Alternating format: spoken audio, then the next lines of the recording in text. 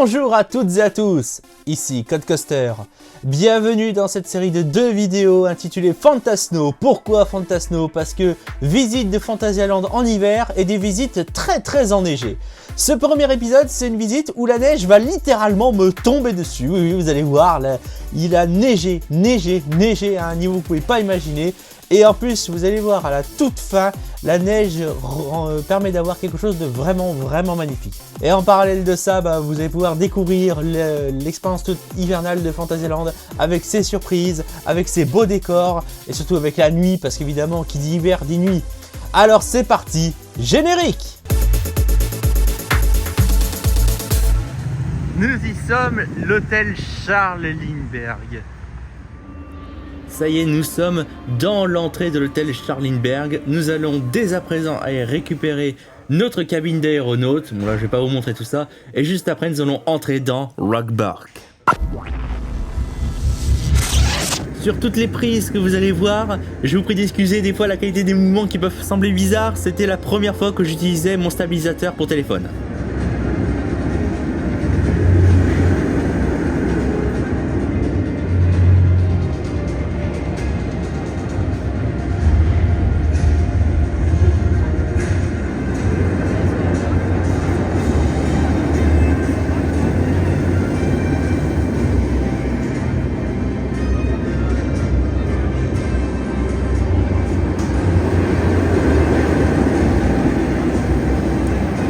Comme vous avez pu le voir, il y a quand même quelques personnes motivées et je ne vais pas vous montrer tout de suite la file de Fly parce que j'ai une autre prise qui est beaucoup plus intéressante, mais ça sera le lendemain. On va donc passer sans plus attendre à Maos au chocolat, l'un des meilleurs jeux de tir qui existent. Et bon, la file elle est plutôt sympa, mais je vous en dirai plus un petit peu après.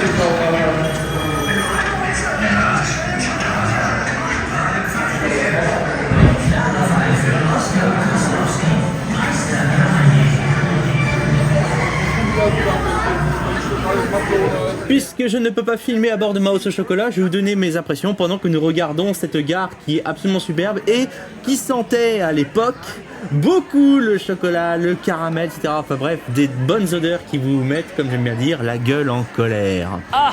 Cette attraction, elle est vraiment très drôle. Alors, il y a un seul problème, c'est que le mode de tir fait qu'à la fin du tour, vous avez quelque peu le poignet mort. Oh merde! Oh, c'est con ça! Mais croyez-moi, moi ce chocolat, ça vaut vraiment le coup. Après, il faut aimer être 3D, mais ça c'est autre chose. Venez découvrir avec moi la ville mystérieuse de Woostown. Une ville, comme je le disais, mystérieuse, dans laquelle le peuple qui s'y trouve semble beaucoup aimer les oiseaux. Et oui, regardez, il y a des oiseaux partout. Il y en a là sur toute une tour, il y a des symboles d'oiseaux partout.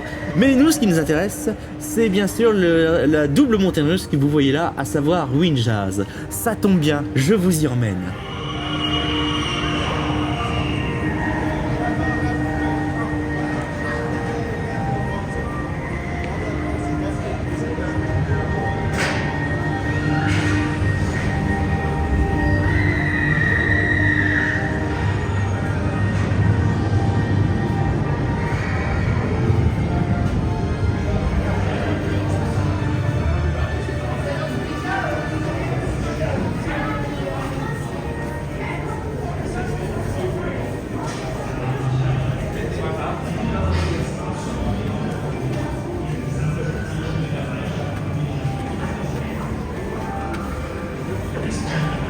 Bon, je vais vous épargner toute la longueur de la file. Juste, c'est la file d'attente de Winjazz.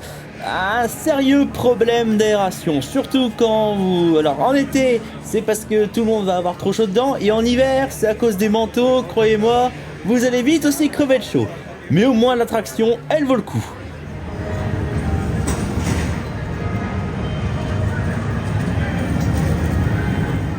Ces deux montagnes russes sont absolument excellentes, en particulier Winjazz Sphere parce que j'aime beaucoup le final qui s'y trouve. Mais je vous en dirai pas plus parce qu'il y a quelques surprises qui méritent d'être découvertes. Bon, il est temps de quitter Woostown pour aller à l'attraction suivante qui se trouve juste à côté. Vous voyez, c'est marqué en gros, Crazy Bats, la grande aventure familiale en réalité virtuelle. Eh bien, nous y allons tout de suite. Alors oui, c'est une attraction qui est licenciée par Macmedia, parce que les personnages appartiennent à Macmedia, enfin si je dis pas de bêtises. Donc là, nous allons dans ce qui fut feu le Space Center, feu Temple's Nighthawk, et qui a été retémé donc sur Crazy Bats. Alors là vous voyez, bon là du coup la théma, si vous voyez les clôtures qui sont étranges, ça date de l'époque du Space Center.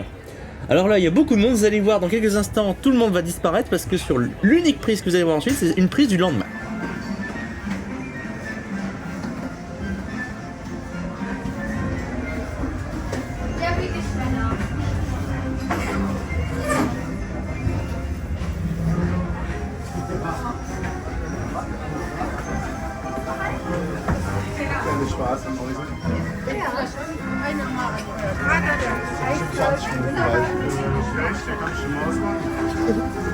Retour à la bonne journée, juste pour vous dire que j'aime beaucoup cette attraction.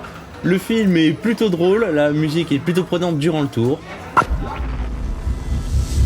Nous arrivons dans l'ancien Berlin, le Berlin des années 30. Et vous voyez là, qui se part, alors pour l'instant on ne voit pas trop, mais ses habits de Noël, surtout de sa musique de Noël. Là, le superbe Wellenflug, que je ne fais pas d'habitude et que je ferai encore moins là parce que avoir les jets d'eau en dessous de soi, si jamais ça dysfonctionne, on sait pas. Donc là on passe à côté de la station de métro qui sert aussi de toilette, et d'ailleurs elles sont superbes au passage, et nous allons monter dans les arcades de Berlin. Et pourquoi nous y allons? Déjà parce que vous allez voir là, hop, transition, il y a quelques décors à l'intérieur, mais surtout parce que nous allons descendre l'escalier pour aller dans mon quartier préféré de Fantasyland. Vous l'aurez deviné, bienvenidos a Mexico. Sauf que Chiapas est en panne parce qu'il a gelé.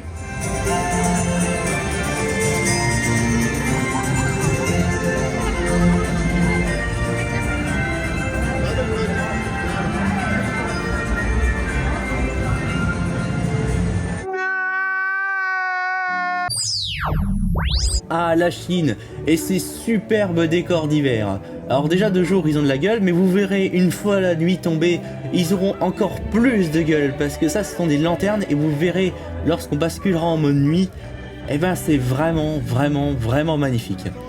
Là la Chine, bon, on va pas trop s'attarder sur les attractions qui se trouvent dedans parce qu'elles n'ont pas grand intérêt, faut dire ce qui est, mais on va aller un peu plus loin. Ah, River Quest n'est pas beaucoup ouvert, on se demande pourquoi.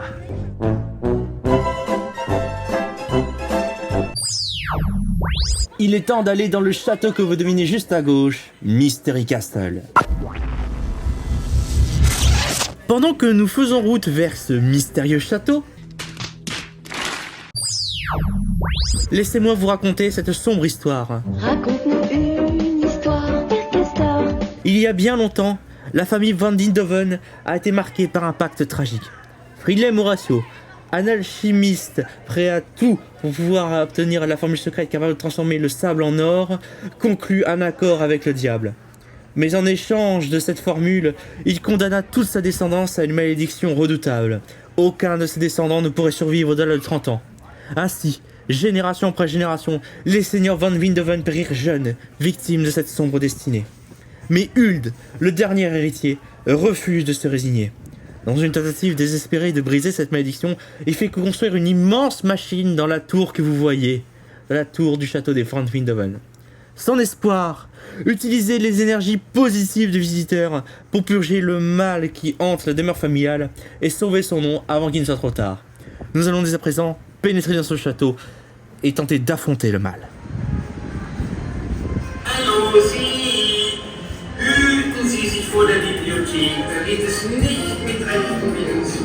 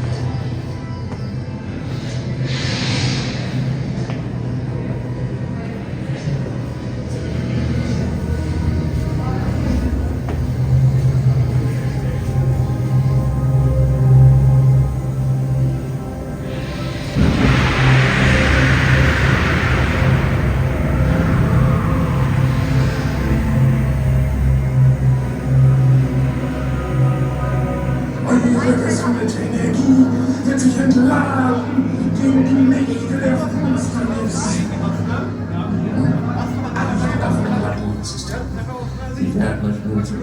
Je pense que vous l'avez deviné, même si vous ne le voyez pas, nous avons réussi à expurger le château du mal qui le rongeait.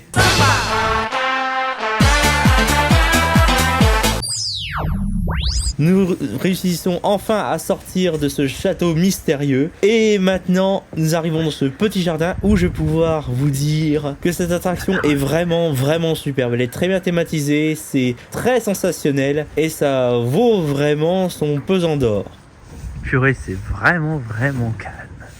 Et bien sur ce, nous allons passer un petit moment parce que nous allons arriver jusqu'à la tombée de la nuit.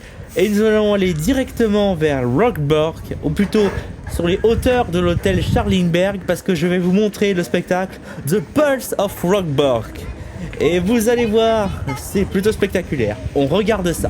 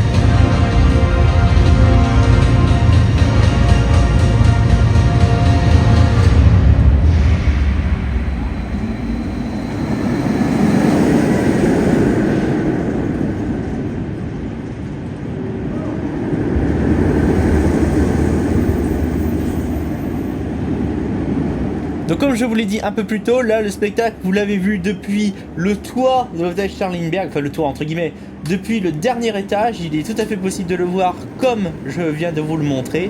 Ce spectacle qui a vraiment de la gueule, mais il faut le voir si vous pouvez aussi un coup de le voir d'en bas depuis le quartier, parce que je vous promets que l'expérience n'est pas la même. Donc là vous allez voir la ville qui va se rallumer, et voilà qui est fait, et nous allons juste descendre un petit coup en bas pour les lumières, avant d'aller faire un tour dans Berlin.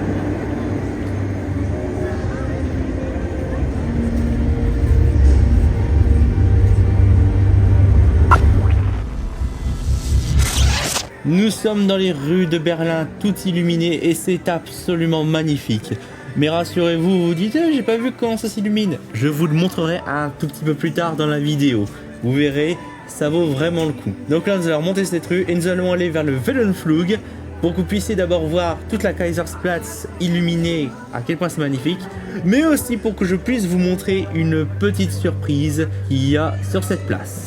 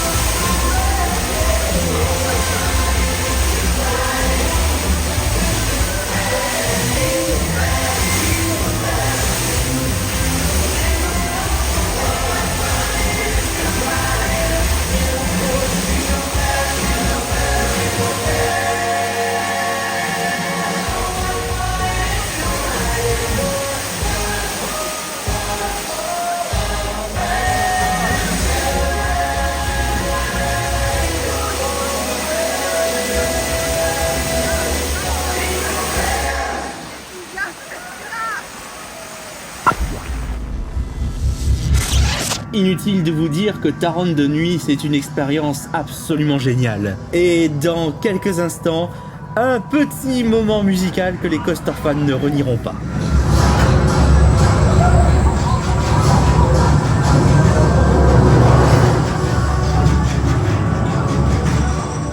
Sur les quelques prix que vous allez voir, vous allez remarquer que il est en train de neiger. Et oui, il neige à gros flocons. Et là, pendant qu'on va voir cette magnifique vue de Taronne, regardez à travers le lampadaire, vous voyez tout ce qui est en train de tomber. Et ça, ce n'est que le début. Parce que quand vous allez voir la suite, vous n'êtes vraiment pas prêt à voir tout ce qui est tombé sur Phantasialand.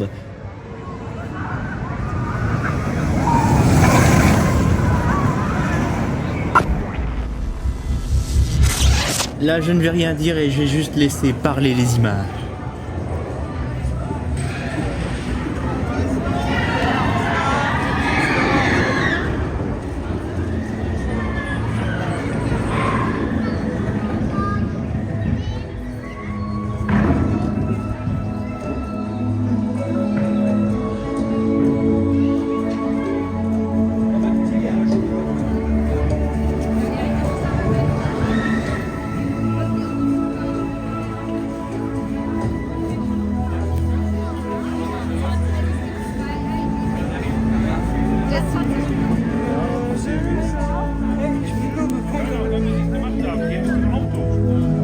Weil ich nach Hause will bei dem Schnee.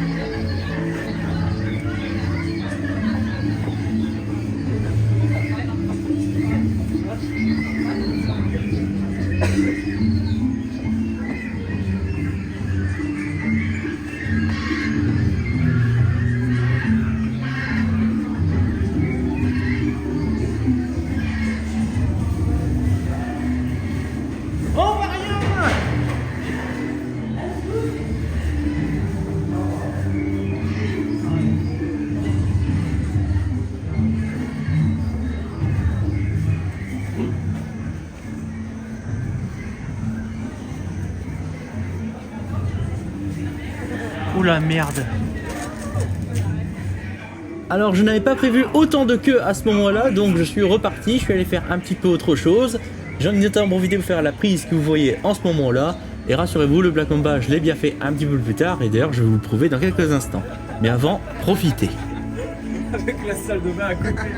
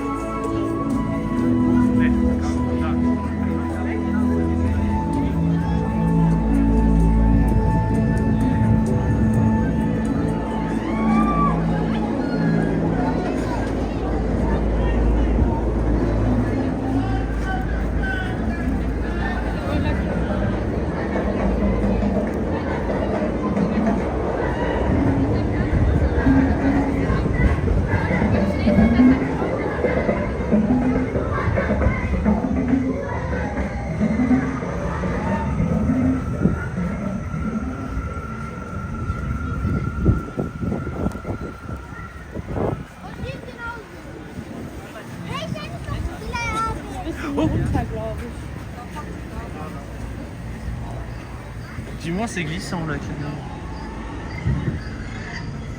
Bon, après ce petit tour, il est temps de redescendre en bas pour pouvoir enfin monter dans la montagne russe Black Mamba, qui, je vous promets, est vraiment sensationnelle. Et en plus de nuit, avec tous les animaux éclairés que vous avez pu voir ici et là dans le décor, c'est vraiment une expérience magique. Oups, j'ai dû essuyer la caméra. Et ben, c'est parti!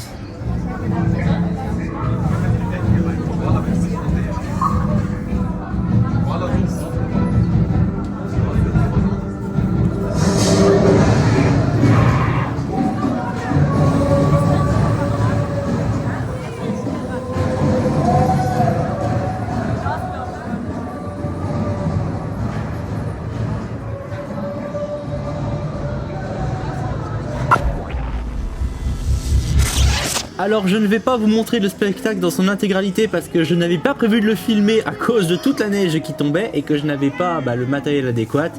Juste, je vais vous montrer quelques extraits pour voir à quel point c'était magnifique sous la neige. Et c'était vraiment quelque chose à vivre. Alors je vous rassure, vous l'aurez quasiment en intégralité dans une prochaine vidéo. Et sur ce, bien, place aux quelques extraits que j'ai filmés.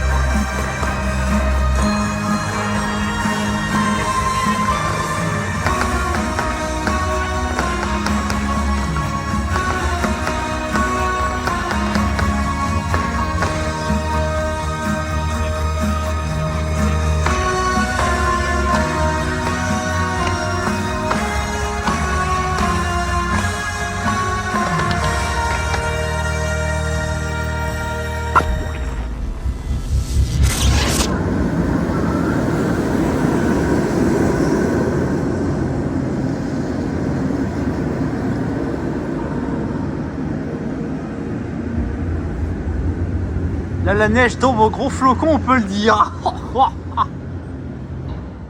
Après un bon dîner et une autre chose que je vous raconterai juste après, j'ai profité de la nuit pour faire une petite promenade dans la ville de Rockbork. Sous ce beau manteau blanc, la ville est absolument magnifique et en plus la musique fonctionnait encore.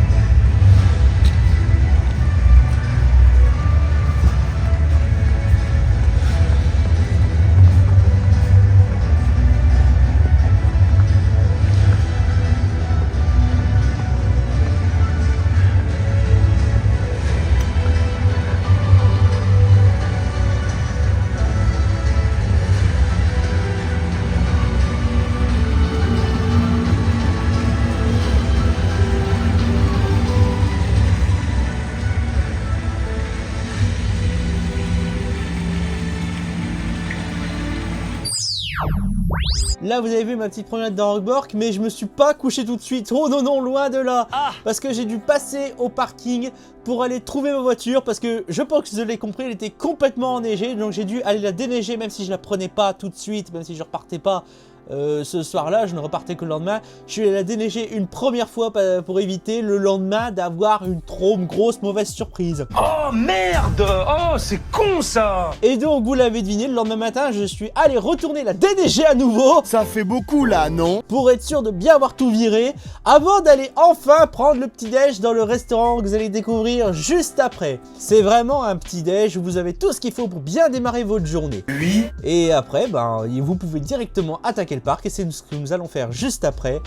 Et vous allez voir que cette fois, c'était bien enneigé suite à toutes les chutes de la veille.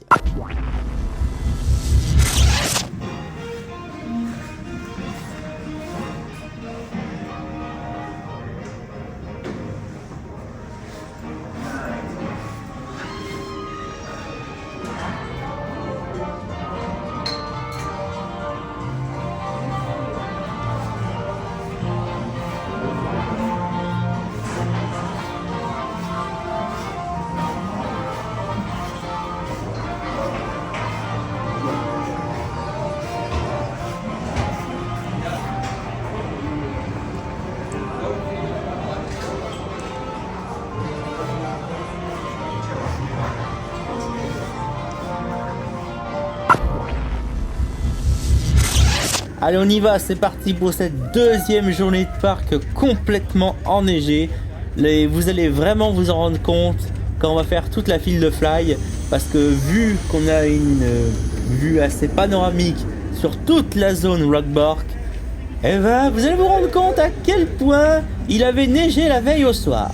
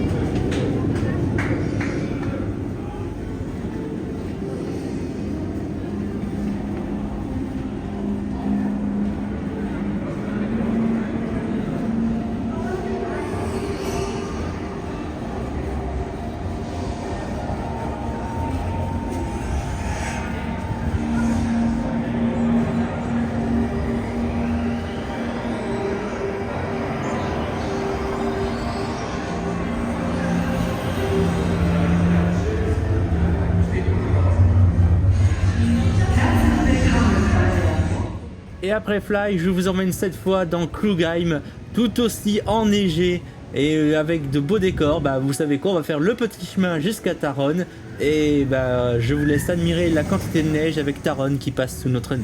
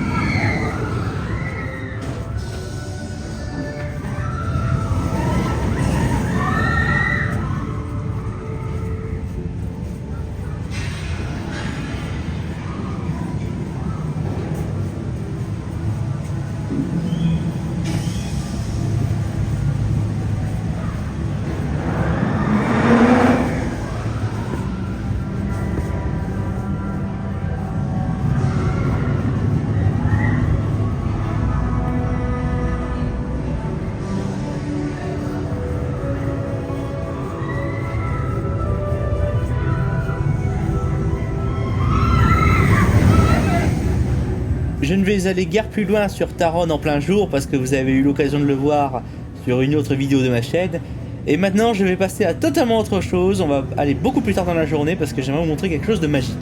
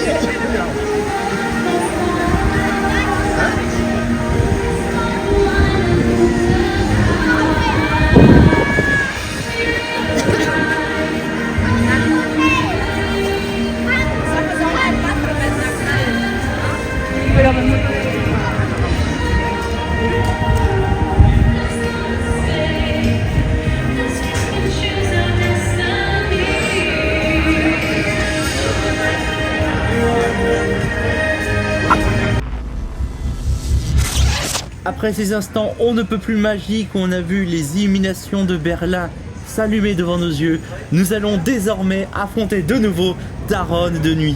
Mais cette fois, ça neige parce que ce que je vous ai pas dit sur la nuit précédente, c'est que j'ai fait un tour au premier rang au moment où il neigeait. C'était pas très agréable. Alors là, du coup, on va le faire dans des conditions un petit peu meilleures.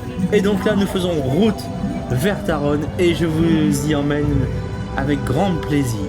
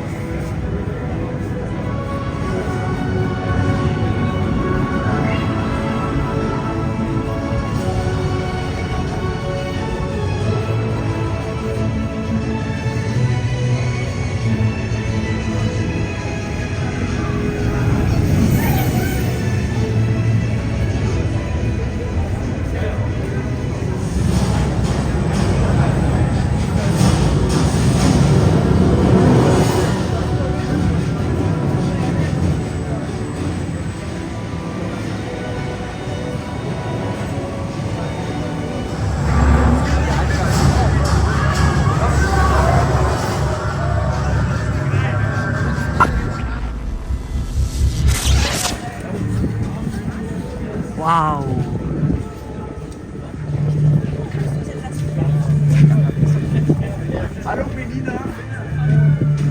Oh, c'est vraiment superbe.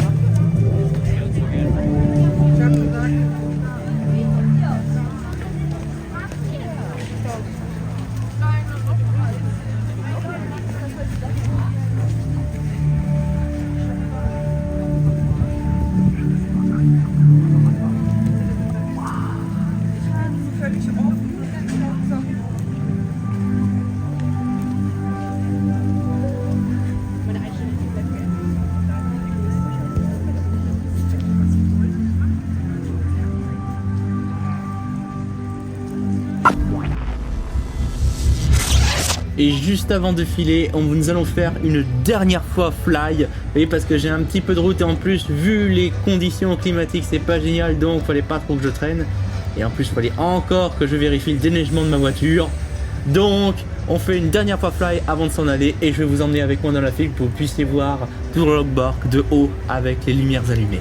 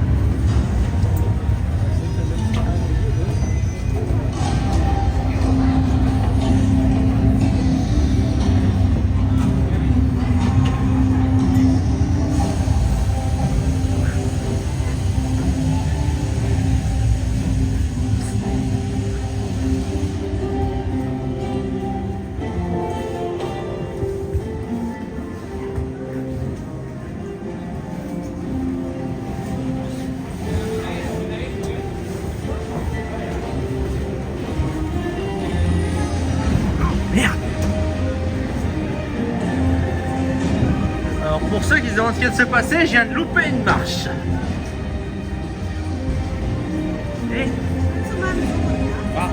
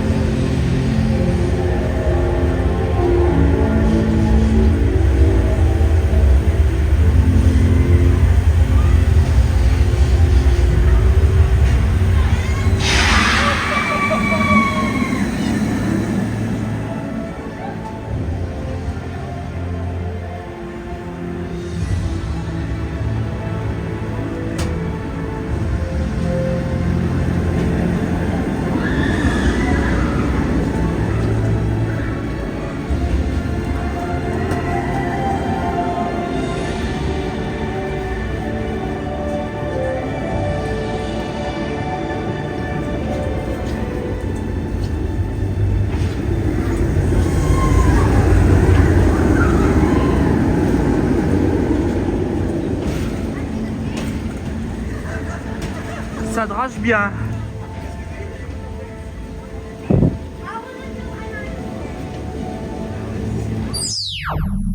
Le tour de fly de nuit, c'est toujours quelque chose de superbe. Et c'est le tour que j'ai fait juste avant de quitter le parc. Donc vraiment, voilà, c'était comment clôturer mon séjour à l'hôtel Charles Lindbergh. Fly de nuit, donc comme je viens de le dire, c'est vraiment très bien. C'est magnifique, avec de beaux décors. Puis en plus, fly, ça reste fly, ça reste une très bonne montagne russe. Donc vraiment, une très bonne expérience. Ah oui, et vous l'aurez deviné, puisque j'ai dû la déneiger du coup la veille au soir et le matin, bah, ce soir, donc le soir juste après mon dernier tour de fly, j'ai dû dégivrer un dernier coup ma voiture avant de pouvoir prendre la route dans des conditions pas géniales. Merci d'avoir regardé cette vidéo, j'espère qu'elle vous a plu. Vous avez pu découvrir du coup la première visite que j'ai fait l'an dernier en hiver, donc avec un an de retard, hein, comme d'hab, après Halloween, hein, on change pas les bonnes habitudes. Mais rassurez-vous, à un moment, je vais arriver enfin à être à jour dans mes montages. Un jour, peut-être, on verra bien. Bon bref, si vous ne voulez pas louper les aventures suivantes, et notamment la deuxième visite que j'ai fait, où cette fois la neige était déjà bien présente, alors abonnez-vous, activez la cloche, parce que comme ça vous ne manquerez rien. Si vous avez aimé cette vidéo, lâchez un pouce, ça fait plaisir, ça aide aussi pour le référencement. Et puis les commentaires, ça aide aussi pour le référencement, puis en plus ça ajoute un petit peu d'interactivité, donc c'est toujours sympa. Alors sur ce, je vous dis à la prochaine, c'était Code Coaster, ciao!